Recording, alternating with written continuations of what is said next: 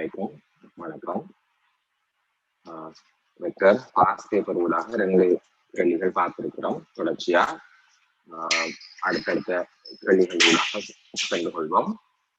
35வது கேள்வி 2013.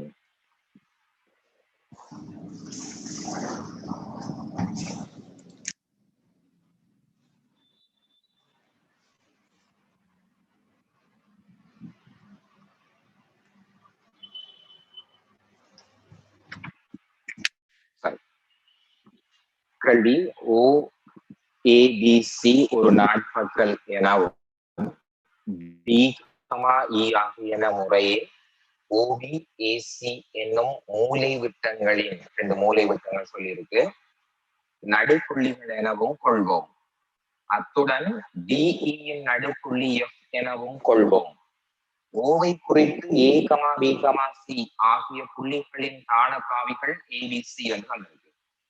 எடுப்பதன் மூலம் OF என காட்டுகிறார். P,Q என்பன முறையே OABC எனும் பக்கங்களின் நடுப்புள்ளிகள் என கொள்வோம். PFQ ஆகிய புள்ளிகள் ஒரே நேர்கோட்டில் உள்ளன என காட்டி விகிதம் PFக்கு FQவை காண்கிறார். இது கேள்வி.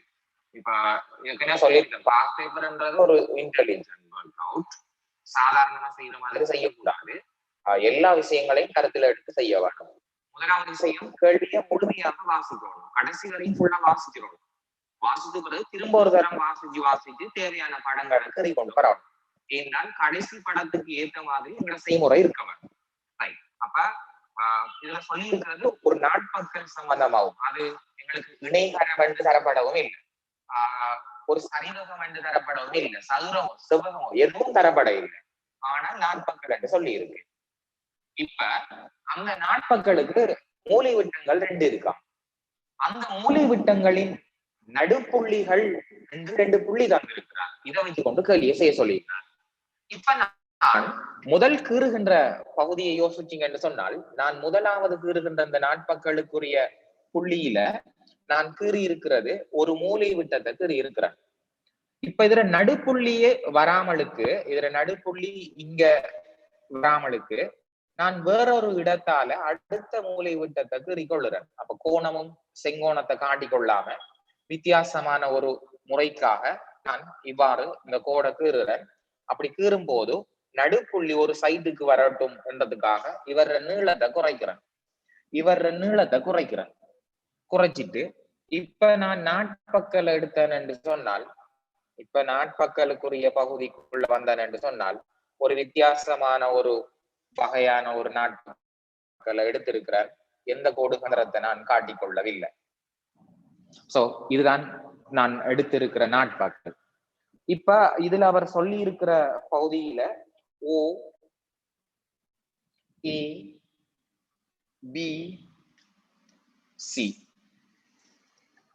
இதுல நடுப்புள்ளிகளுக்குள்ள வாரன். இந்த நடுப்புள்ளிகளுக்குள்ள வாரன். இத இன்னும் கொஞ்சம் ஒடுக்கி விடுறேன்.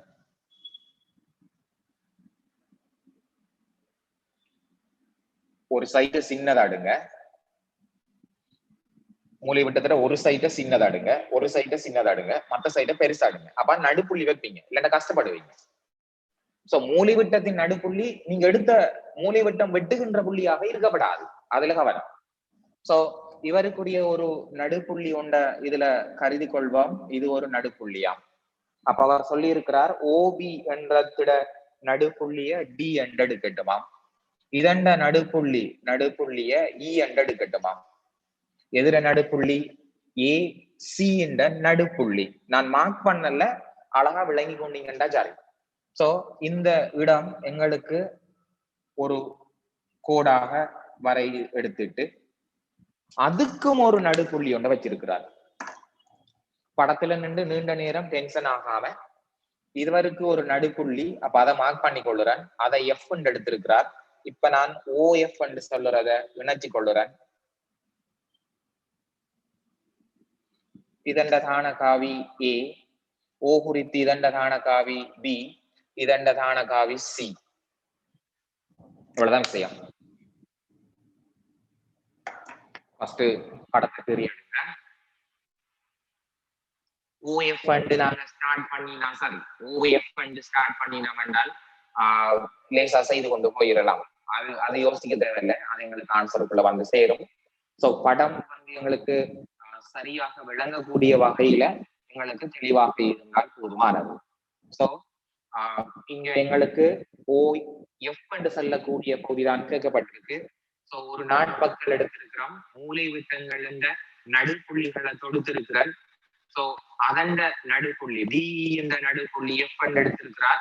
ஆகவே OF என்று சொல்லக்கூடிய காவி உங்களுக்கு கேள்வியாக இருக்குது. அதுல ஸ்டார்ட் பண்ணுறேன்.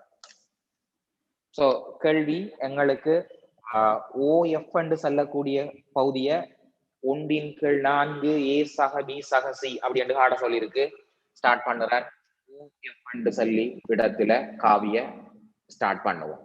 OF என்று சொல்லக்கூடிய காவி உங்களுக்கு தெரியும் எப்படி எழுதலாம். ஓவில இருந்து எஃப்க்கு போகணும் என்றால் ஓவில இருந்து டிக்கு வந்து டியில இருந்து எஃப்க்கு போகலாம்.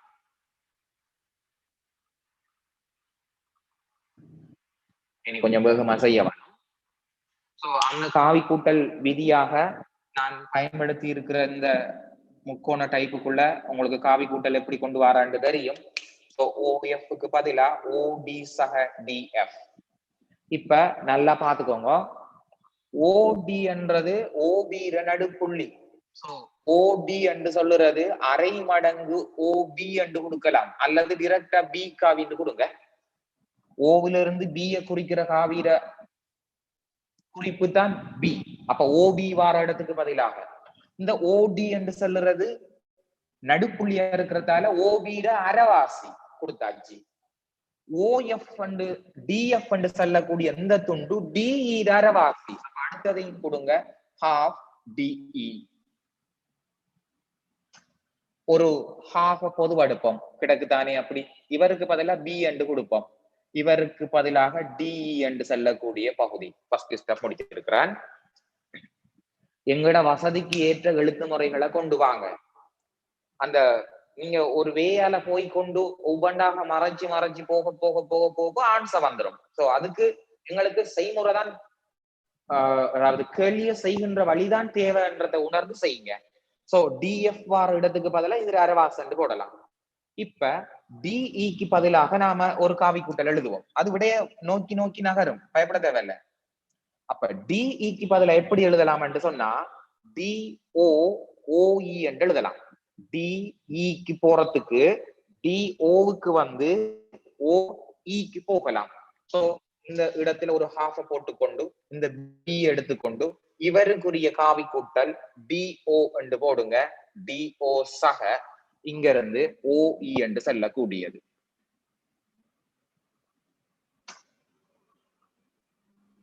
சோ இப்ப அதுல பகுதிக்குள்ள கொண்டு வந்திருக்கிறோம். அப்ப OD என்று சொல்லுறது எங்களுக்கு half B என்று தெரியும், half B என்று தெரியும். சோ இங்க எங்களுக்கு தெரிஞ்ச ஒரு விஷயம், OD என்று சொல்லுறது half B ஆக இருக்கும். இதை நான் யூஸ் பண்ண போறேன் டிரெக்டா. படத்தை நாம OD எடுத்து half OB என்று இப்படி கொண்டு வந்திருக்கோம், அங்க நான் டிரெக்டா போட போறேன். சோ இந்த இடம் OE என்ற பகுதியில வருது. சோ பாருங்க, half இந்த இடத்துக்கு B, இது OD இல்லாம D ஒன்று கிடக்க மைனஸ் போடுங்க, half B என்று அதுக்கு போடலாம். அது முடிஞ்சு. OE யோசிப்போம், OE-க்குரிய பகுதியாக எடுக்கக்கூடிய பகுதிக்கு ஏதாவது இருக்குதா அப்படின்னு சொல்லி யோசிப்போம். உண்மையாக OE-க்கு OE என்று சொல்லுறது இந்த AC நடுப்புள்ளிதான் OE. இந்த OE என்ற புள்ளி இருக்குதானே, ஏக்கும் சிக்குமான மூலை விட்டத்தின் நடுப்புள்ளிதான் ஈன்றதுல கவனமா இருக்கணும். அது படம் கொஞ்சம் பெருசா இருக்கணும், அப்ப அந்த ஒழுங்கா விளங்கும்.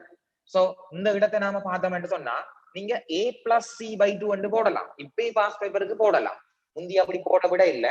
இப்ப நீங்க இந்த இடத்துல half A+C என்று போட்டீங்கன்னு சொன்னா நடுப்புள்ளியின் தான காவியா அப்படி எழுதலாம். இது ரெண்டையும் விட அப்படி வந்துடும். ஆனா எழுத போறையில செய்து காட்டுறேன் சும்மாவே. அப்ப இதுல ஒரு half என்று வந்துடும். முழு ஒரு B-ல half B போனா ஒரு half B வந்துடும். இங்க ஒரு 1/2 A+C என்று வந்துடும். சோ இத நீங்க அரையால் அடைப்பு நீக்கம் செய்தால் 1/4 B என்று வரும். இதுல 1/4 அரையோட போய் பெருக்குமே A சக C என்று வரும். பாருங்க எல்லாத்துலயும் 1/4 இருக்கு. சோ ஏ சக பி சக சி என்றது இருக்கும். இப்ப செய்யறா இப்படி செய்து கொள்ளே. அப்ப அந்த டைம்ல பாஸ் பேப்பர்ல ஓஇ காவி கூட்டல எழுத வச்சிருப்பாரு. சோ நான் அந்த வேயால மட்டும் செய்யறேன். அது எங்களுக்கு அது இது இல்ல, விட எடுக்கலாம். நம்ம கொஞ்சம் இருக்கிற பாஸ் பேப்பரோட வடிவத்துக்கு எடுக்கிறேன்னா சோ ஓஇ என்று சொல்லக்கூடியதுக்கு பதிலா இந்த a பிளஸ் b பை 2 என்று வரணும் நினைச்சு கொண்டு ஓஇக்கு பதிலா எப்படி எழுதலாம்? ஓஏ தெரிஞ்ச ஒரு எழுத்துல போங்க ஏஇ என்று எழுதலாம். சோ அங்க எழுதலாம் ஓஏ சக ஏஇ என்று எழுதலாம். இப்ப இந்த இடம் எங்களுக்கு ஒரு ஹாஃப் இருக்கு, ஒரு பில அரை பி போனுச்சு என்றால் ஒரு அரை பி மிச்சம் இருக்கும். இந்த ஓஏக்கு பதிலாக ஒரு ஏ போடலாம். இந்த ஏஇ என்று சொல்றதுக்கு பதிலா ஏஇ என்று சொல்றதுக்கு பதிலா எங்களுக்கு இந்த ஏஇ என்று சொல்றதுக்கு பதிலாக நாங்க ஏசி என்ற அரைவாசி என்று போடலாம். சோ இதுக்கு பதிலாக அரை மடங்கு ஏசி என்ற காவி. சோ இவ்வளவுதான் விஷயம். சோ இதுல ஒரு ஹாஃப் வெளியில இருக்கட்டும், இதுல ஒரு ஹாஃப் பி இருக்கு, இதுல ஒரு ஏ இருக்கு, இதுல ஒரு ஹாஃப் இருக்கு. இந்த ஏசி என்று சொல்றதுக்கு பதிலா உங்களுக்கு ஏசி என்ற காவி சி மைனஸ் ஏ அதை போடலாம். இவ்வளவு தூரம் நீங்க செய்த நீங்க இவருக்கு பதிலா எழுதாமலும் செய்யலாம். ஏசி என்ற காவிக்கு பதிலா ஏஓ சக ஓசி என்று தான் நான் எழுதித்தான் செய்கிறேன். ஏஓ சக ஓசி என்ற காவி என்று தான் வரும். இந்த இடத்துல எங்கட சுருக்கத்தை முடிச்சு கொள்ளுறேன். இப்ப எல்லாத்துக்கும் சேர்த்து விட வந்துடும். சோ இதுல ஒரு ஹாஃப் பி இருக்குது, ஒரு ஏ இருக்குது, ஒரு ஹாஃப் இருக்கு. இவருக்கு பதிலாக ஒரு மைனஸ் ஏ போடலாம், இவருக்கு பதிலாக சி போடலாம். சுருக்குங்க அவ்வளவையும். அதுல சுருக்கம் உங்களுக்கு ஒரு ஹாஃப் வெளியில கிடக்கு, ஒரு ஹாஃப் பி வரும், இந்த ஏ இருக்க இதுல ஒரு மைனஸ் ஹாஃப் ஏ வரும், இதுல ஒரு ஹாஃப் சி வரும். விடைய இங்க கொண்டு வரேன். ஒரு அரை எழுதினம் என்று சொன்னால் இதுல வந்து ஒரு ஹாஃப் பி வருது, ஒரு ஹாஃப் ஏ வருது, ஒரு ஹாஃப் சி வருது. அந்த ஹாஃபை தூக்கி வெளியில எடுத்தீங்க என்றால் 1/4 வர ஏ சக பி சக சி விடையா இருக்கு. இந்த லாஸ்ட் பாயிண்ட் கூட யோசிக்காதீங்க, நான் கூட எழுதின மாதிரி தெரியும். இப்ப செய்யறேன்னா நான் சொன்ன மாதிரி அந்த நடுப்புள்ளிக்காக ஓஇ என்று சொல்ற இந்த இடத்துக்காகவே நீங்க டிரெக்டா ஏ பிளஸ் சி பை 2 என்று போடலாம். நியூ ஃபார்மேட்டுக்கு எழுதும் போது நீங்க யோசிக்க தேவையில்லை. இப்ப இதுல ஸ்கீம்ல மார்க்ஸ் வந்து குறைஞ்சிட்டு 50க்கு குறைஞ்சிட்டாங்கன்றதால நீங்க அந்த வகையில கொண்டு வரலாம். சோ எழுத்து முறையில நான் ஃபுல்லா எழுதி இருக்கிறேன். உங்களுக்கு அந்த எக்ஸாம் டைம்ல தோணுகின்ற மெதட் ஊடாக செய்ய பாத்தீங்கன்னு சொன்னால் ஓகே. சோ உங்களுக்கு விளங்குற அளவுக்கு தெளிவா எழுதி இருக்கிறேன். அந்த விளக்கத்துக்கு ஊடாகவே நீங்க அதை எடுக்கக்கூடிய மாதிரி இருந்தா சரி. சோ இவ்வளவுதான் இதை பெறுகின்ற எழுத்து காவி கூட்டல் பகுதி. வேறு வேறு வழிகள் எல்லாம் நீங்க எழுதி இருக்கலாம். என்னாலும் நீங்க என்ன எழுதுறீங்கன்னு பார்க்க இயலாது. சோ உங்களுக்கு ஆன்சர் வரக்கூடிய மாதிரி எழுத்துக்களும் டிரெக்டாக யூஸ் பண்ணுகின்ற வழிகளை தவிர்த்து செய்திருந்தீங்கன்னா எக்ஸப்ட் ஆன வழி என்று கருதலாம். சோ இவ்வளவுக்கும் பதிலாக 25 மார்க்ஸ் கொடுத்திருக்கிறார். அவ்வளவுக்கும் பதிலாக 25 மார்க்ஸ் கொடுத்திருக்கிறார். இதை கண்டு காட்டினார். அவ்வளவுக்கும் பதிலாக இவ்வளவுக்கும் டோட்டலா ஒரு இடத்திலே போடுறேன். 25 மார்க்ஸ் இவ்வளவுக்கு பிரிச்சு காட்ட இல்லை, நான் இவ்வளவுக்கும் 25 மார்க்ஸ கொடுத்திருக்கிறார். சோ ஓஎஃப் என்று சொல்லக்கூடிய காவிய எழுதின முறைகளை சரியாக பயன்படுத்தி சோ ஓடி சக டிஎஃப் என்று ஸ்டார்ட் பண்ணினோம். ஓடி என்ற இடத்துக்கு பதிலாக ஓடி என்ற இடத்துக்கு பதிலாக ஓபி அரைவாசி சோ ஹாஃப் பி என்று போடலாம், அதை போட்டிருக்கிறோம். அதுல டிஎஃப் என்று சொல்றதுக்கு பதிலாக அரைவாசி டிஇ என்று போடலாம், அதையும் போட்டுட்டு அரைய பொதுவா எடுத்திருக்கோம். ஓபிக்கு பதிலாக பி போட்டிருக்கோம். இப்ப டிஇக்கு பதிலாக டிஓ சக ஓஎஃப் ஓவை தொடர்படுத்திக் கொள்ளுங்க. அப்ப நீங்க எழுதிட்டே போவீங்க, ஒரு லிங்க எடுத்துக்கொண்டே போங்க. சோ டிஓ சக ஓஇ என்று வருது. டிஓக்கு பதிலாக மைனஸ் ஹாஃப் பி அப்படின்னு போடலாம், அதையும் போட்டாச்சு. இந்த ஓஇ என்றது இப்ப மிச்சமா இருக்கு, அதுக்கு பதிலா ஓஏ சக ஏஇ என்று எழுதலாம், அதையும் எழுதியாச்சு. ஓஏக்கு பதிலாக நாங்க ஏ போட்டாச்சு. ஏஇ என்று சொல்லக்கூடியது மடங்குல எழுதலாம், ஏசி அரைவாசி.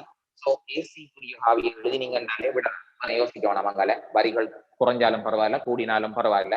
சோ இந்த ஓஎஃப் என்ற காவி கண்டு காட்டியாச்சு. அடுத்த பகுதிக்குள்ள வரும்.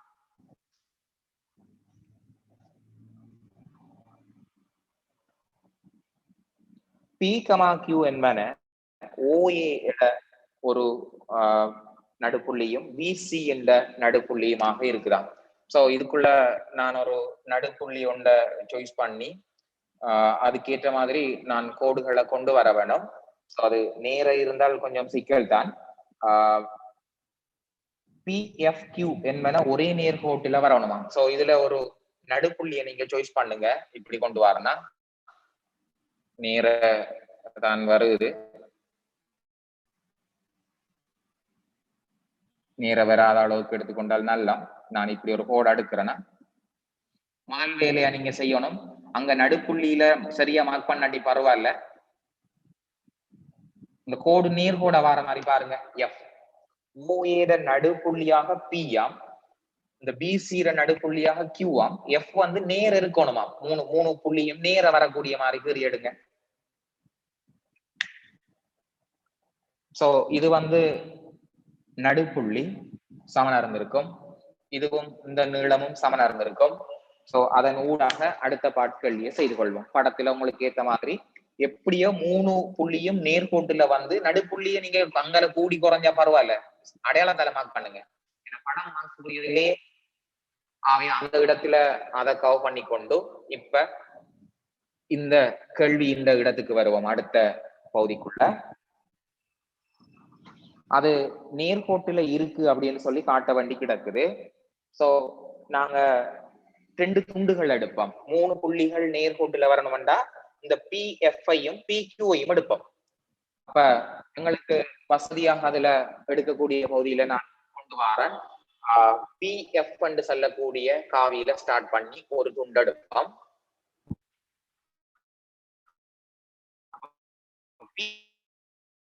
PF-க்கு எனிவேஸ் யூஸ் பண்ணி எழுதுங்க. PO சக OF என்று வரும். PO சக OF அப்படின்ட்டு வரும். சொல்லுறது மைனஸ் OP ராணி. சோ இவர் மைனஸ் OP அப்படி என்று இருக்கும். இந்த ரெண்டாவது எழுதாட்டி பரவாயில்ல. மைனஸ் OP என்றது இதுல நடுப்புள்ளி என்றதால இந்த A காவியில அரவாசாக இருக்க போறார். அதையும் எழுதியாச்சு. OF என்று சொல்லக்கூடியது 1/4 ஏற்கனவே கண்டு வச்சாச்சு. A சக B சக C என்றது பகுதி. இப்போ 1/4 பொதுவாடுங்க. 1/4 பொதுவாடுங்க. அப்ப இந்த இடத்துல ஒரு 2 அலமையில பெருக்க வேண்டி வரும். -2A சக A சக B சக C. சோ 1/4 என்று எடுத்தால் -A சக B சக C இவ்வளவையும் ஒரு சைட்டாக முடிச்சு ஒரு பகுதியாக இனம் காட்டி கொண்டிருக்கிறனா. ஓகே,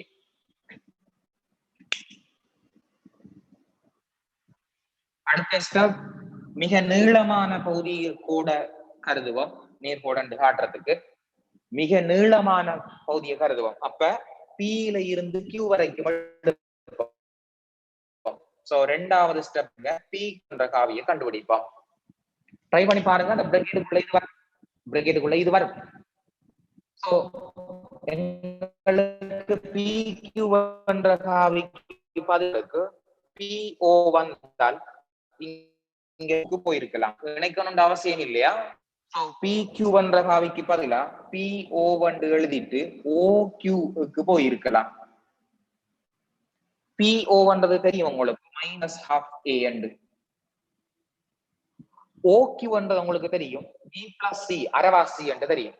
அதாவது இப்ப எப்படி ஒன்று இருந்தா நீங்க எழுதலாம். இது B என்ற காவி, இது C என்ற காவி, இவர நடுப்புள்ளி என்ற காவிய O குறித்து எழுத சொன்னால் இந்த Q என்ற காவி B+C/2 என்று தெரியும். அல்லது காவி கூட்டல்ல OQ நீங்க எழுதுறதா இருந்தால் OC சக CQ எழுதி போட்டு OC-க்கு பதிலாக C போடுவீங்க, CQ-க்கு பதிலாக அரை மடங்கு அப்படின்னு சொல்லி போடுவீங்க. சோ நான் இங்க OQ-க்கு பதிலாக டிரெக்டா போடுறேன். என்ன நீண்ட தூரம் செய்துட்டு வந்திருக்கிறோம். சோ இந்த இடத்துல நாங்க அதை அப்படி செய்து கொள்ள இயலும். A+C என்ற அரவாசி, இந்த B+C என்ற அரவாசி. C என்றது யாரோட நடுப்புள்ளி அப்படின்னு பாருங்க. B+C என்ற அரவாசி. அல்லது காவி கூட்டல் எழுதுனாக்க எழுதுங்க, ஒரு 3 வரை கூட வரும், பிரச்சனை இல்லை.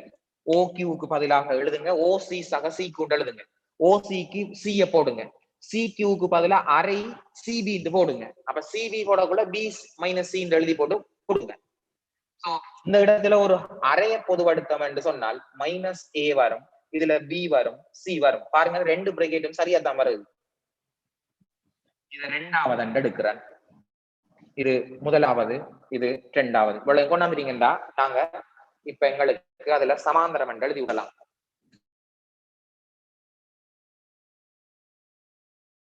இப்ப அடுத்த வரியில போடலாம். இவ்வளவுக்கும் பதிலா இங்க போடப்படுறோம். இவ்வளவுக்கும் பதிலா இது PF என்று சொல்லக்கூடியது 1/2. இந்த 4 இங்கால கொண்டாந்தால் 4 PF காவி அப்படின்னு சொல்லலாம். சோ இது PQ காவி. சோ இப்ப நாங்க சொல்லக்கூடிய PQ என்று சொல்லக்கூடிய காவி சுருக்கி விட்டால் 2 PF அப்படி என்று வருது. சோ இதுதான் எங்களுக்கு மடங்க சுட்டி காட்டுது. சோ PQ சமாந்தரமாக இருக்கும் PF-க்கு. சோ P, F, Q ஒரே நேர்கோடு. ஒரு சாப்டர் முடிஞ்சு. இதுல தூக்கி போட்டாலும் சரியா, இதை கொண்டு போய் போடுறேன்னு சொன்னா 2 போட்டுட்டு PQ போட்டீங்கன்னா சரி, இவடத்த 6 வரும். அது அங்கே கொண்டாந்தா 2 வரும். அதை எப்படி வச்சு கொண்டாலும் ஓகே. மடங்கொண்டு வந்தால் சமாந்தரம் ஒரு புள்ளி பொதுவா இருந்தால் நேர்கோடு. அப்ப ரெண்டுலையுமே P பொதுவா இருக்கிறதாலதான் இது நேர்கோட்டில இருக்கும் என்றது கருத்து.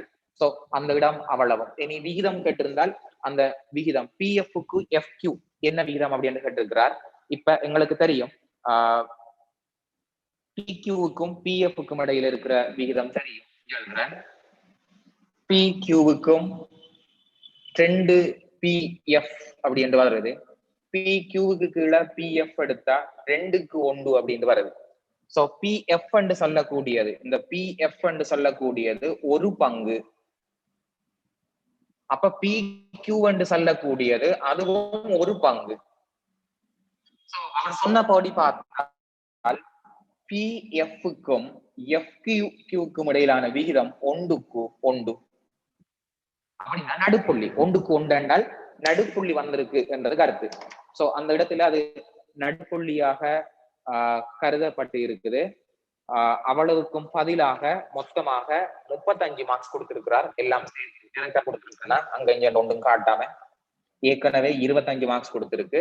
இந்த பாட்டுக்கு 35 மார்க்ஸ் கொடுத்திருக்கு. மொத்தம் 60 மார்க்ஸ் இந்த பகுதிக்கு. 150ல 60 மார்க்ஸுக்கு இந்த பகுதி வந்திருக்கு. 2013-க்குரிய கேள்வி. 13 கேள்விக்குரிய விளக்கத்தை இதுக்குள்ள பார்த்து இருக்கிறோம். திரும்ப ஒரு தரம் செய்யுங்க. பாஸ் பேப்பரை திரும்ப பாருங்க, என்னென்ன குறிப்பிட்டு இருக்கு. பாஸ் பேப்பர்ல மார்க்ஸ் இருக்காது, ஸ்கீம் மார்க்ஸ் இருக்காது. பொதுவாக ஸ்கீம்களை பொதுவாக நீங்க திரட்டி கொண்டால் நல்லா, ஒவ்வொரு வருஷத்துக்குரிய ஸ்கீம் அதுகளை எடுத்து டோட்டலா வச்சு கொண்டால் அந்தந்த வருஷம் வரும்போது ஸ்கீமை பார்க்கும் போது ஒரு ஒரு ஒரு எங்களுக்கு கேள்வியை செய்கின்றதுக்கு ஒரு ஆற்றல் ஒன்று வரும். இப்படித்தான் மார்க்ஸ் வழங்கப்பட்டிருக்குன்னு சொல்லி. பாஸ் பேப்பர்ல ஆன்சர் மட்டும் தான் இருக்கும். அந்த ஸ்கீம் புள்ளியிடல் இருக்காது. அது உங்களுக்கு அதை தவிர பொதுவாக ஸ்கீம்களை எடுத்துக்கொள்றது நல்ல கேள்விகள் செய்யும் போது. அப்போ ஒரு வருஷ கேள்வி எடுக்கக்குள்ள அந்த ஸ்கீமை மட்டும் தூக்கி எடுத்தோம்னா சரி. இது இவ்வளவு தூரத்துக்கு அதுல செய்திருக்கிறோம். சோ இந்த 2013 ஒரு நேர்கோட்டை குறித்து காட்டக்கூடிய மாதிரி அந்த கேள்வி வந்திருக்கு. சோ அடுத்த கேள்வி போறேன். 2014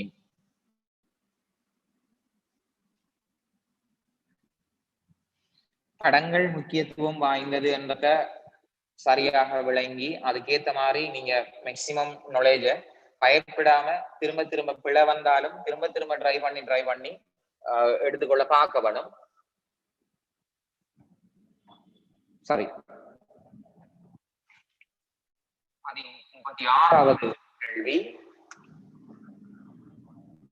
36வது கேள்வி 2014 ஆகஸ்ட். கேள்வி வாசிக்கிறேன். ABCD ஆனது DC அரை AD ஆக இருக்கத்தக்கதாக உள்ள ஒரு சரிவம். சரிவத்துல பாத்தீங்கன்னா ஒரு பக்கம் சமாந்தரமா கிடக்கும். இப்படி இருக்கும். ஒரு சோடி பக்கங்கள் சமாந்தரமா இருக்கும். அப்ப இதை நாங்க AB அப்படின்னு எடுத்தால், இது C எடுத்தால் D. இதைத்தான் சொல்லிக்கார். AB போக்கை DC போக்கைன்னு சொல்றதுக்காக இவர நிலத்தை போல இவர நிலம் 2 மடங்கு அல்லது இதுல அரைவாசி இது அப்படின்னு போடலாம். இந்த காவியில அரைவாசியை நீங்க டிசிக்கு போடலாம் நினைச்சு கொள்ளணும். ஏபி என்ற காவிக்கு பதிலாக பி காவி என்றும் ஏடி என்ற காவிக்கு பதிலாக கியூ காவி என்றும் உற்பத்தி என்றது ஏதான் என கொள்வோம். புள்ளி இ ஆனது பிசி மீது அதுல அரங்குல பிள்ளையா கிடக்குதா பிசி மீது அதுல ஏபி என்று தானே இருக்கு. இப்படி மாத்தி கொள்ளுங்க. பிஇ என்று சொல்லக்கூடிய காவி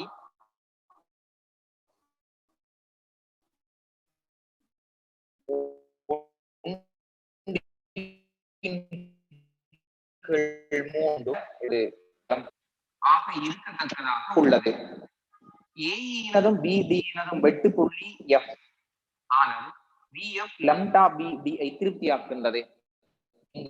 லம்டா பூஜ்ஜியத்தை விட உடனை விட சக்தி ஒரு பின்னம் மாறி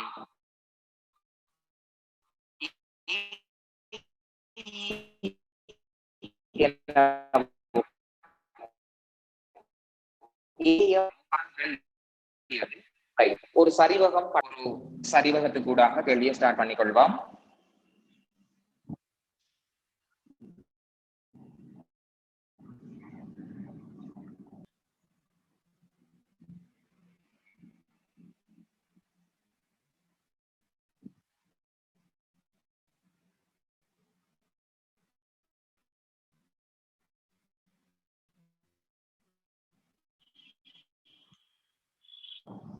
Right, கேறுறன்.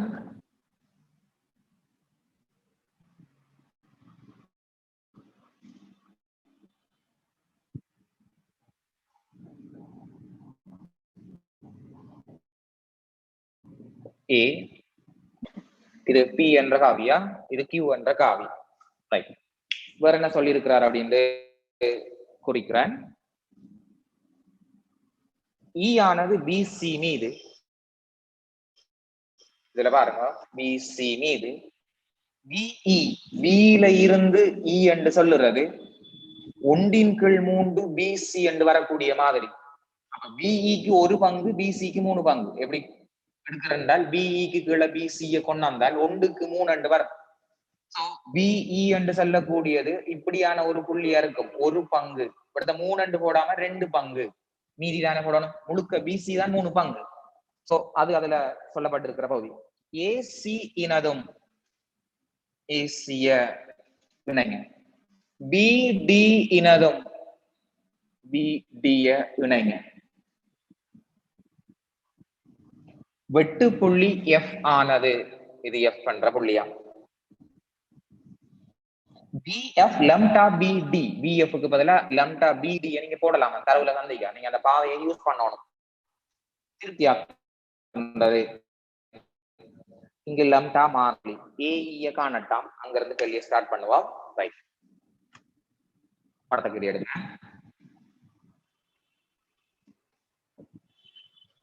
எடுத்துட்டு ஏஇ என்று ஸ்டார்ட் பண்ணுங்க. ஏஇ என்று ஸ்டார்ட் பண்ணுங்க. விட வர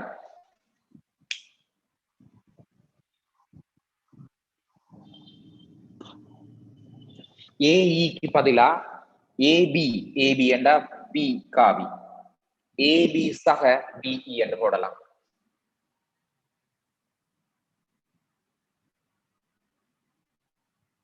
ஏபிக்கு பதிலா பி போடலாமே, ஸ்மால் லெட்டர்ஸ்ல பி.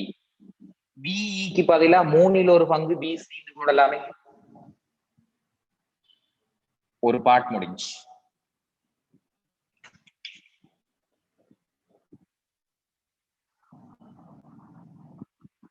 இப்ப பிசி எழுதுங்க. பிசி எழுதினால் இப்ப தேவைப்பட்ட இணைங்க, இல்லைன்னா இணைக்காமலே நீங்க எழுதினா போதுமா.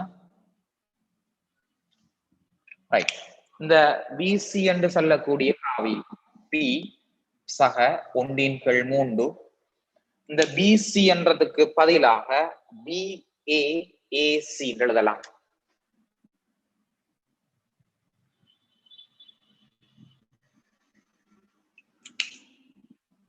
இப்ப இதுக்குரிய அடுத்த துண்டு பி சக 1/3. பிஏக்கு பதிலா மைனஸ் பி போடலாம். ஏபிக்கு பதிலா பி, அது மாறி கிடக்கு. இப்ப ஏசிக்குரிய காவி கூட்டல் எழுதுவோம். ஏசிக்குரிய காவி கூட்டல் ஏசி பாருங்க, ஏசிக்கு பதிலா ஏடி சக டிசி எழுதலாம்.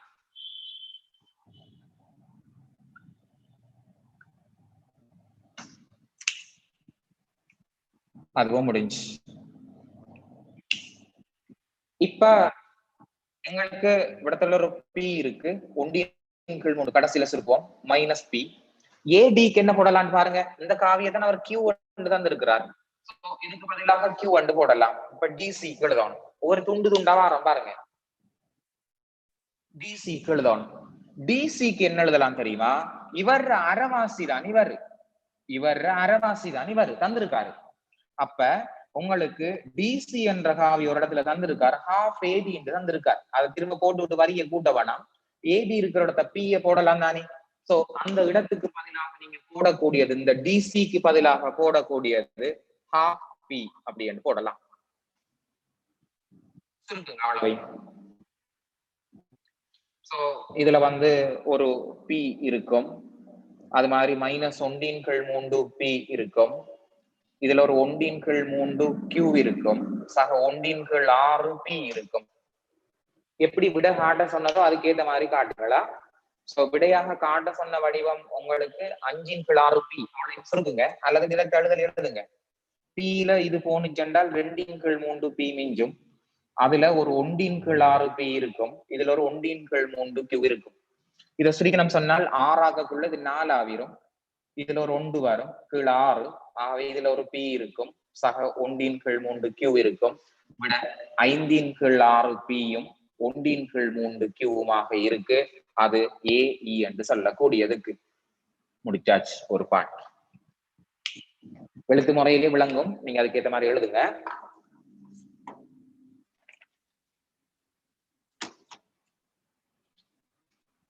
இவ்வளவுக்கும் 40 மார்க்ஸ் கொடுத்திருக்கிறார்.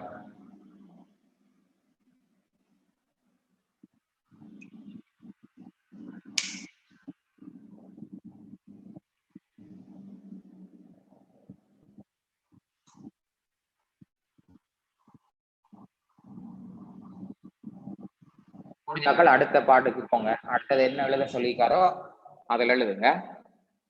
சோ அடுத்தது எங்களுக்கு எழுத சொல்லி இருக்கிறது, அவர் எழுத சொல்லி இருக்கிறது ஏஎஃப் என்று சொல்லக்கூடிய காவி. சோ ஸ்டார்ட் பண்ணுங்க, ஏஎஃப் என்று ஸ்டார்ட் பண்ணுங்க. இந்த எழுத்து முறை செல்ஃபா புடிச்சிட்டீங்கன்னா சரி, நீங்க எந்த கேள்வி வந்தாலும் தைரியமா செய்யலாம்.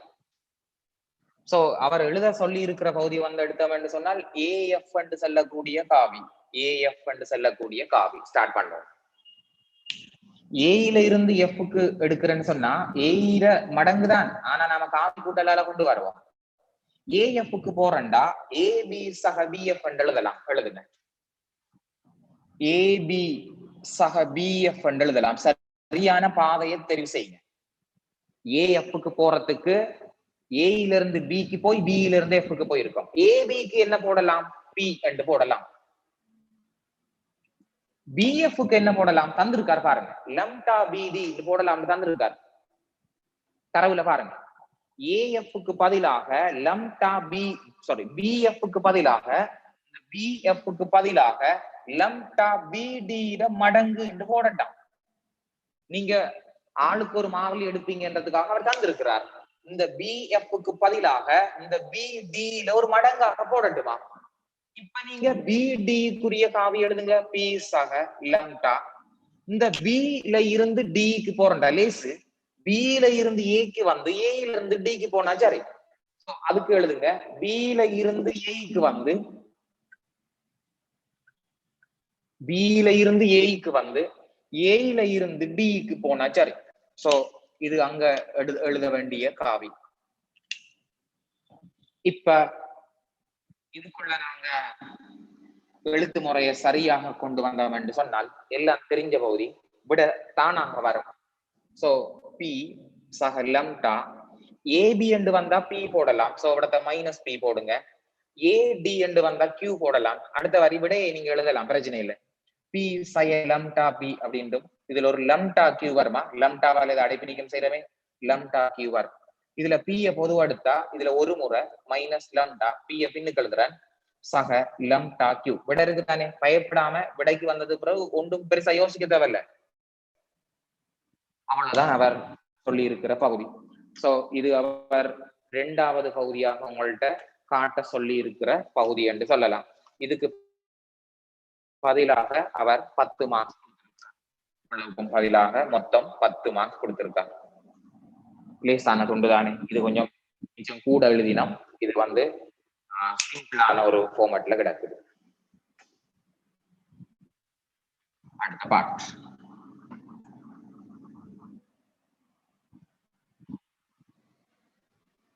அடுத்தது என்ன சொல்லியிருக்காருன்னு சொன்னால், இதிலிருந்து லம்டாவின் பெருமானத்தை காண்க அப்படின்னு சொல்லிக்கிறார். உங்களுக்கு தெரியும் ஏஎஃப் என்று சொல்றது ஏ மடங்கு தான். ஏற்கனவே ஏஇ கண்டிருக்கீங்க. சோ நாம என்ன செய்யலாம் என்று சொன்னா, ஏஎஃப் என்று சொல்றதுக்கு பதிலா வேறொரு மாறிலியை போடுங்க. மியூவை போட்டு ஏஎஃப் என்று சொல்றது ஏஇ மடங்கு. எங்காலையும் போடலாமா மாறிலி? சிற துண்டுலையும் போடலாம், சிறு துண்டுலையும் போடலாம். நீங்க தொடர்பு படுத்த போறது எதை? ஏஎஃப்ஐயும் ஏஇயையும் தொடர்படுத்த போறீங்க. அப்ப ஏஎஃப்க்குள்ள ஏற்கனவே மாறிலி கிடக்குது. அப்ப அங்கால மாறிலி போடாதீங்க. அப்ப ஏஎஃப் என்று சொல்றத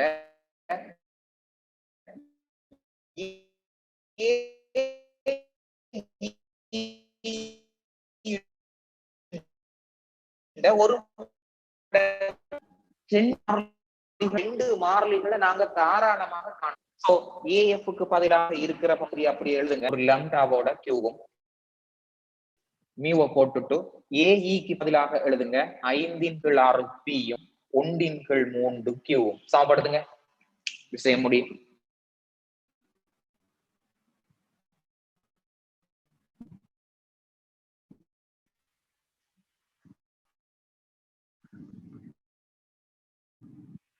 வந்து கியூவின் கூட போயிடும். சோ மியூ போனா கீழ ஒரு 3 வரும்.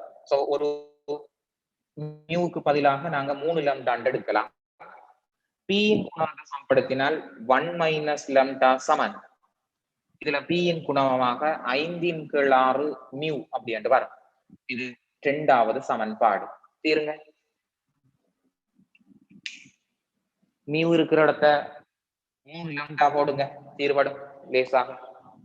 சோ 1/5/6 சமன் 5/1 லம்டா சமன் 5/6 தர இதுக்கு பதிலாக 3 லம்டா போடும்.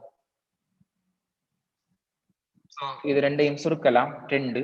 சோ 1 சமன் லம்டாங்கால போனா கூட்டுப்பாடும் 5/2 லம்டா அப்படின்ட்டு வரும். 1 சமன் இதுல 2 லம்டா, இதுல 5 லம்டா, கீழே 2. 1 சமன் 7 லம்டாவின் கீழ் 2. சோ 2 இஞ்சல வந்தா பெருக்குப்படும், 7 இஞ்சல வந்தா பிரிபாடும். சோ லம்டாவுக்குரிய விட 2/7.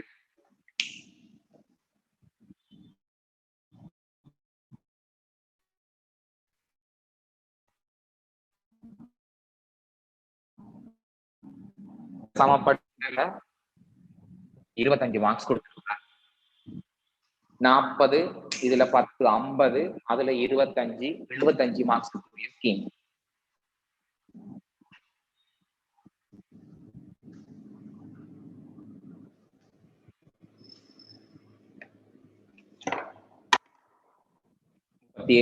கேள்வி.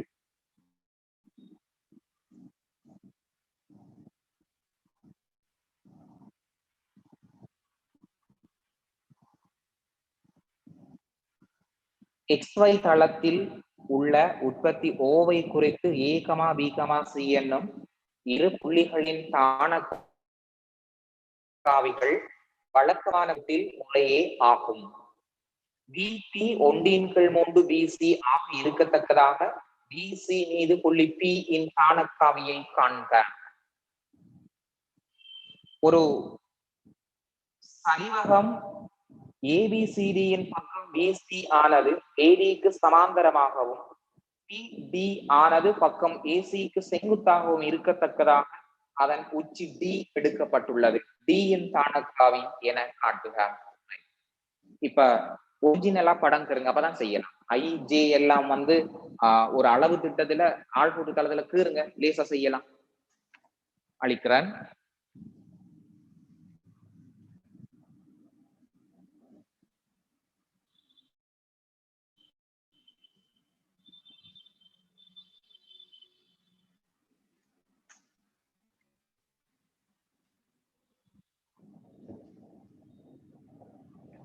ஏழாவது 2015. அதுல ஐஜே வடிவத்துல வந்து 4 ஐ இருக்கு, 3 ஜே இருக்கு மேக்சிமம். சோ கோட கீறி கொள்ளுறேன், கொஞ்சம் கீழுக்கு வரும். இதுல 4 ஐ வரணுமா மேக்சிமம். இதுல ஒரு I, 2 I, 3 I, 4 I. Okay, 1 J, 2 J, 3 J. ஒரு குறிப்பிட்ட அளவு திட்டத்துக்கு எடுங்களா, எல்லாம் சரி. முதலாவது புள்ளி வைங்க, ஐ பிளஸ் ஜே எங்க இருக்கும்? இது ஒரு ஐ, இது ஒரு ஜே, சோ இது புள்ளி. இந்த புள்ளி தான் எங்களுக்கு ஏ என்று சொல்லக்கூடிய புள்ளி. ஓகே, பி புள்ளி வைங்க, 2 ஐ சக 3 ஜே, 2 ஐ 3 ஜே, 3 வாரடம் மார்க் பண்ணல, நான் தேவையில்லை, சும்மா குறிப்பீடு மட்டும்தானே. ரைட், ஏபிய குறிச்சாச்சு.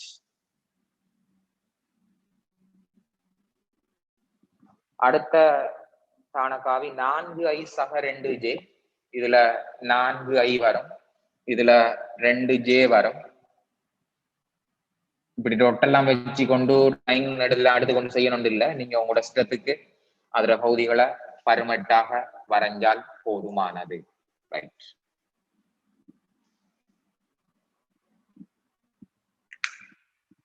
எல்லாம் கிளியர்.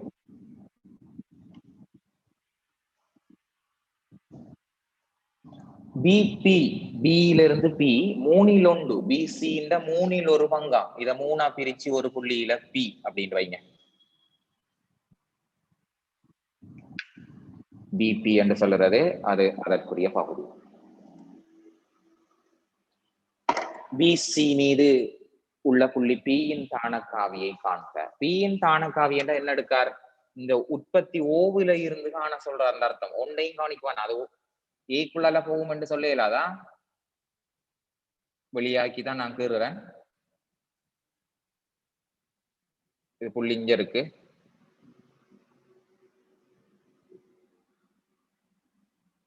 சோ இது புள்ளி ஓபி என்ற தானக்காவி.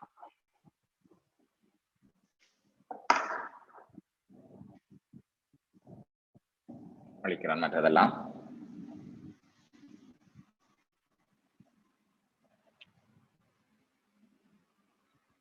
ஓபிய கண்டுபிடிச்சீங்கன்னா சரியா?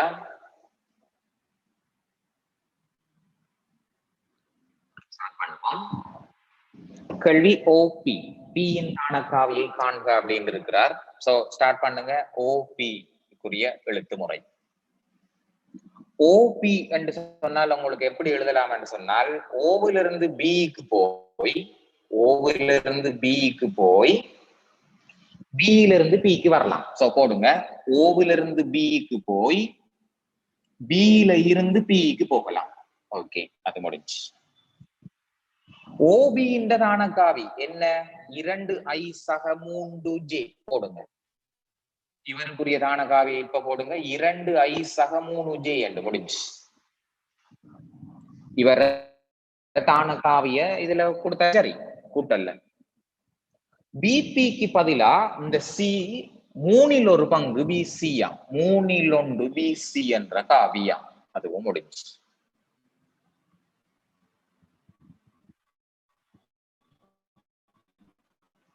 இப்ப ஐ சக 3 ஜே காண சொல்லி இருக்கிறதால தானகாவியில கழிக்காம எழுதுறேன். பிசி காவி என்றா பிஓ சக ஓசி காவி. ஓசி இணைக்கல, நான் இணைக்கணும் எந்த அவசியமும் இல்ல. 3 புள்ளிகள் கண்ணுக்கு தெரிஞ்சா டக்குன்னு எழுதுறேன். 3 புள்ளிகள் கண்ணுக்கு தெரிஞ்சால் போதும். சோ எங்களுக்கு இவருக்கு உண்மையாக சி மைனஸ் டி வர போறார். சீரதான காவி என்ன? 4 ஐ சக 2 ஜே மைனஸ் வீரதான காவி என்ன? 2 ஐ சக 3 ஜே போட்டா சரிதானே? ரைட், 2 ஐ சக 3 ஜே ஒரு 1 ன் கீழ் 3. இவர் பி ஓட தானகாவி இந்த பீரதான காவிய மைனஸ் போட்டு எழுதுங்க. பீரதான காவிய அப்ப 2i வரும் சக 3j வரும் சக ஓசி என்றால் சி என்றதான காவி 4i சக 2j என்று வரப்போகுது. சுருக்குங்க 2i இருக்கும் 3j இருக்கும் 1/3 இருக்கும். இதுல -2i இருக்கு, நல்லா பாத்துக்கோங்க. இதுல -3j இருக்கு, 4i இருக்கு, சக 2j இருக்கு. இப்ப இவர் 2i சக 3j ஒரு 1/3 இவ்வளவுக்குள்ளேயும் 4iல 2i போனால் 2i 2jல 3j கழிவட்டால் -j ஆக இருக்கும்.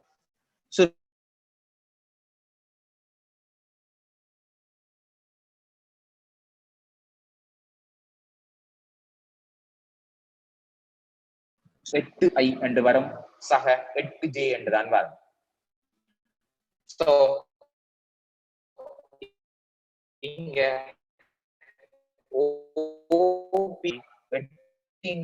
ஐ சக 8/3 வரக்கூடிய மாதிரி செட் பண்ணிக்க.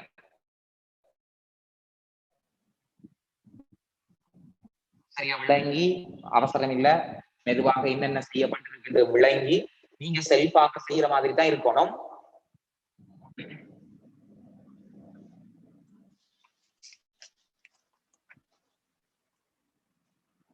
இவ்வளவுக்கும் பதிலா அவர் 25 மார்க்ஸ் இருக்கிறார்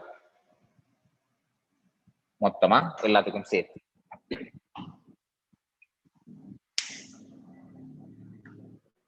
அந்த வருஷம் இதுல படத்துக்கு 5 மார்க்ஸ் கொடுத்திருக்காரு. இந்த 25ல 5 மார்க்ஸ் படத்துக்கு.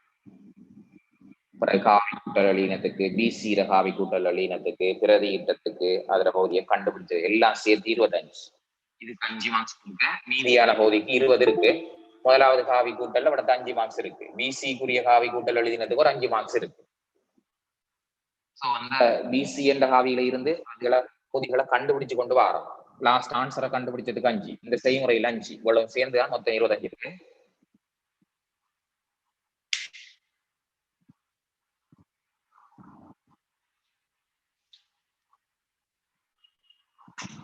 அடுத்த பார்ட், அடுத்த வாசிங்க, முடிச்சாக்கள் அடுத்தத வாசிங்க.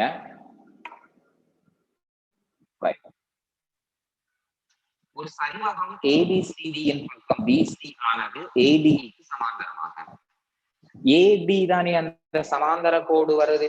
சோ இவருக்கு சமாந்தரமா நீங்க ஏக்குள்ளால ஒரு கோடு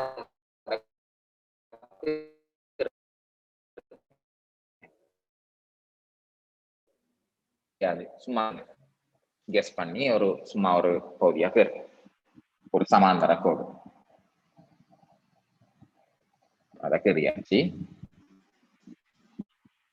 அடுத்தது சொல்றார், பிசி ஆனது ஏடிக்கு சமாந்தரமாக, பிடி ஆனது பக்கம் ஏசிக்கு செங்குத்தாக இருக்கத்தக்கதா. இந்த கோட்டுல டி இருக்கு.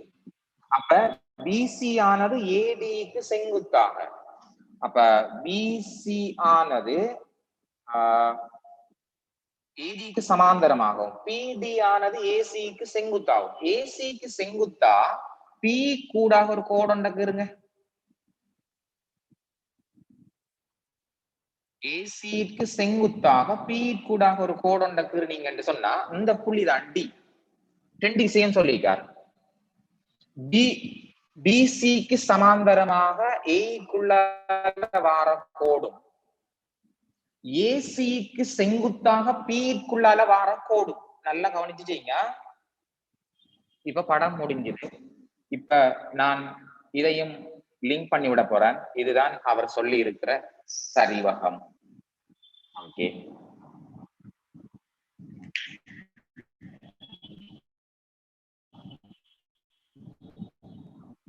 செங்குத்தையும் பயன்படுத்துவோம். டி என்று சொல்லக்கூடிய பகுதியை ஒரு பகுதியை எடுக்கிறேன். அல்பா கமா பீட்டா என்ற ஆள்கூர் மாதிரி எடுத்தா இவர் காவி அல்பா ஐ சக பீட்டா ஜே போடுங்க.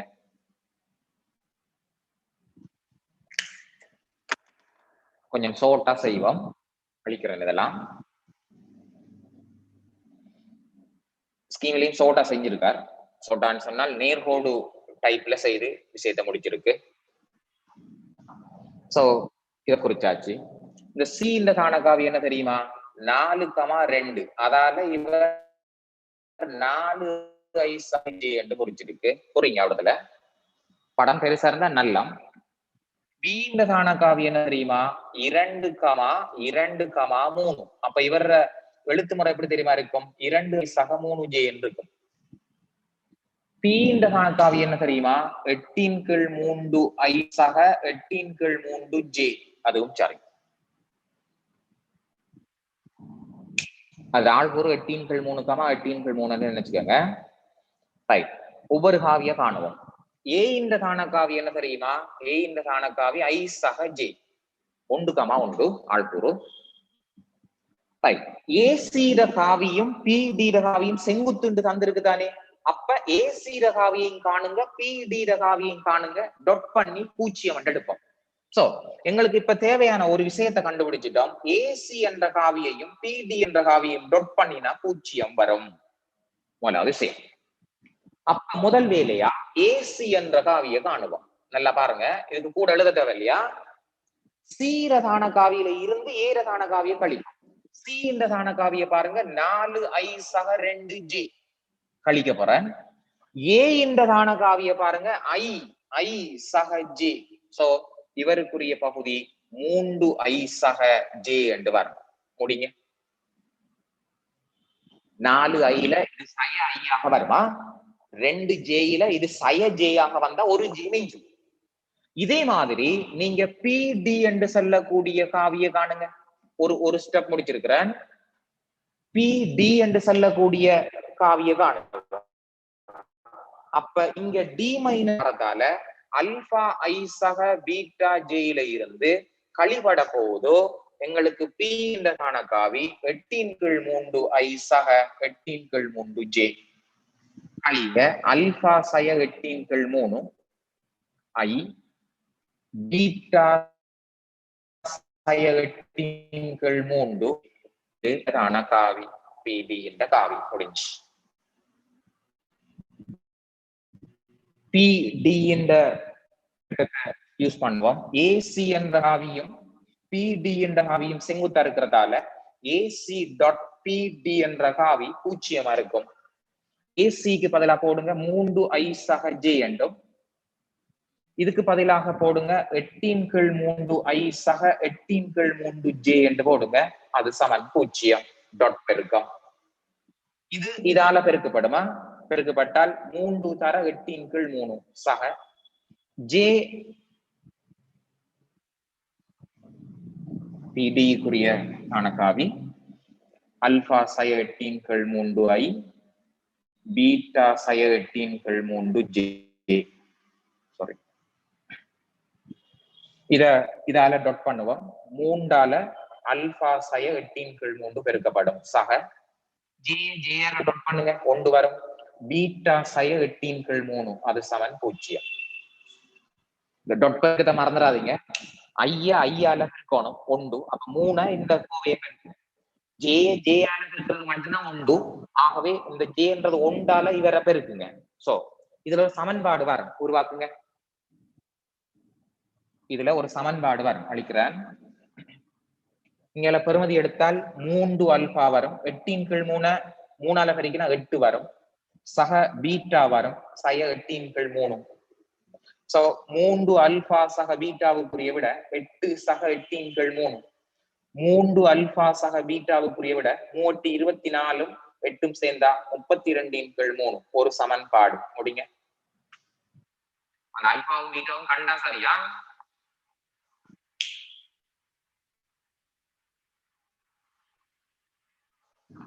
ஒரு குற்று பெருக்கத்தின் ஊடாக அதை நாங்க கண்டுபிடிச்சிருக்கிறோம்.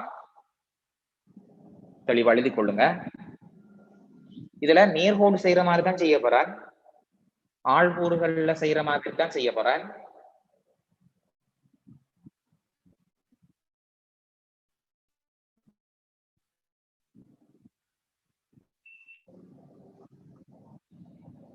இந்த பிசி என்ற கோடும் இந்த ஏடி என்ற கோடும் சமாந்தரம். பிசி என்ற கோடும் ஏடி என்ற கோடும் சமாந்தரம். அப்ப நேர்கோடுல உங்களுக்கு தெரியும், நேர்கோடுல ரெண்டு சமாந்தர கோடுகள் இருந்தால் படித்திறன்கள் சமனாக இருக்கும். சோ அதுல போடுங்க பிசி என்ற கோடு சமாந்தரமாக இருக்காம் ஏடி என்ற கோடுக்கு. அப்ப பிசி என்ற படித்திறன் ஏடி என்ற படித்திறனுக்கு சமன். எம் என்று போட்டா படித்திறன் மார்ஜின். பிசின்னு போடலாமா? பிசிக்கு பதிலா கோட்டுல நீங்க எதில போடுறீங்களோ அது. இப்ப மற்றதெல்லாம் இருக்குள்ள அழிக்கிறேன் பாருங்க. இவர் ஆள்கூர்ல படித்திறன் எப்படி தெரியுமா எடுக்கிற? 2,3 தானே, இங்க 4,2 தானே. பிசிக்குரிய படித்திறன் எழுத போறாங்க. பை ஆள்கூறு வித்தியாசம் 2, 3. நல்லா பாத்துக்கங்க. கீழ் எக்ஸ் ஆள்கூறு வித்தியாசம் 4, 2. 4/2 சமன். ஏடிக்கு வாங்க. y ஆள்கூறு வித்தியாசம் பீட்டா, இது 1,1 பீட்டா சய 1 y ஆள்கூறு வித்தியாசம். x ஆள்கூறு வித்தியாசம் அல்பா சய 1. இங்க மேல -1 வரும், கீழே 2 வரும். பீட்டா சய 1 வரும், அல்பா சய 1 வரும். சுருக்குங்க, அங்கேயும் ஒரு சமன்பாடு வரும். கவனம், டைம் முடிஞ்சது, கொஞ்சம் அவசரமா பார்க்கணும்ன்றதுக்காக போறேன். சோ இந்த -1 இந்த அல்பா -1 பெருக்கும், இந்த 2 பீட்டா -1 பெருக்கும், மைனஸ் அல்பா சக 1, 2 பீட்டா சய 2 வரும். இங்க 3 வரும். சமன்பாடு இன்னொரு சமன்பாடு இருக்கு. ஒவ்வொன்றா காணுவோம். Alpha first காணப்படுறேன். இதை 2ஆல பெருக்கி விட்டோம் என்று சொன்னா அல்பா சக 2 பீட்டா இங்க அழிச்சிட்டு எழுதுறேன். சுருக்கினா சரியா? அல்பாவுக்கும் பீட்டாவுக்கும் அந்த விட வரும். 2 சமன்பாடுகள் தானே. அதோட கேள்வி அதுல போதி முடியுது. ரிஸ்கான கேள்வி அந்த வருஷத்துக்கு வந்திருக்கிறது. காணாம செய்யுங்க, திரும்ப திரும்ப செய்யுங்க. அல்பா சக 2 பீட்டாவுக்கு பதிலாக 3. சோ இதுல 3 அல்பா சக பீட்டா சமன் 32/3. இந்த சமன்பாட 3ஆ பெருக்கிறேன் வெப்பமே 3 அல்பா சக 3 பீட்டா அப்படின்னு வரும், 6 பீட்டா அப்படின்னு வரும். அது சமன் 9. இது ரெண்டையும் சுருக்குவோம். 1ல இருந்து 1 கழிக்கிறேன்னா 1ல இருந்து 1 கழிக்கிறேன். 6 பீட்டாவுல ஒரு பீட்டா போனா 5 பீட்டா. 9ல இருந்து 32/3 கழிப்பாடு. சோ 5 பீட்டா சமன் 9 3 27 சய 32/3 அழிக்கிறேன் இதெல்லாம். சோ மேல வந்து 5 பீட்டா சமன் -5/3. சோ இதுல பீட்டாவுக்குரிய விட 5 சுருக்குங்க, -1/3. விடையில இருக்கான்னு பாருங்க. டி இந்த காணக்காவில பின்னுக்கு ஜேக்கு முன்னால் அது இருக்கு. ஓகே, இப்ப அல்பாவை காணுங்க. முதலாம் சமன்பாடுல கொண்டு போய் பிரதியீடு செய்வோம். அல்பா சக 2 பீட்டா சமன் 3. பீட்டா கண்டிருக்கும் தானே. அல்பா சக 2 தர சய 1/3. அல்பா சய 2/3. அல்பா சமன் 3 சக 2/3. அல்பா சமன் 3 9 2 11/3. ஓகே, இது பீட்டாவுக்குரிய விட, இது அல்பாவுக்குரிய விட. டி இன் தானக்காவி ஓடி என்று சொல்லுறது அல்பா ஐ சக பீட்டா ஜே இருக்கிறதால ஓடி என்ற தானக்காவி அல்பாவுக்கு பதிலாக 11/3 ஐ, பீட்டாவுக்கு பதிலாக 1/3 ஜே. கேள்வி முடியும்.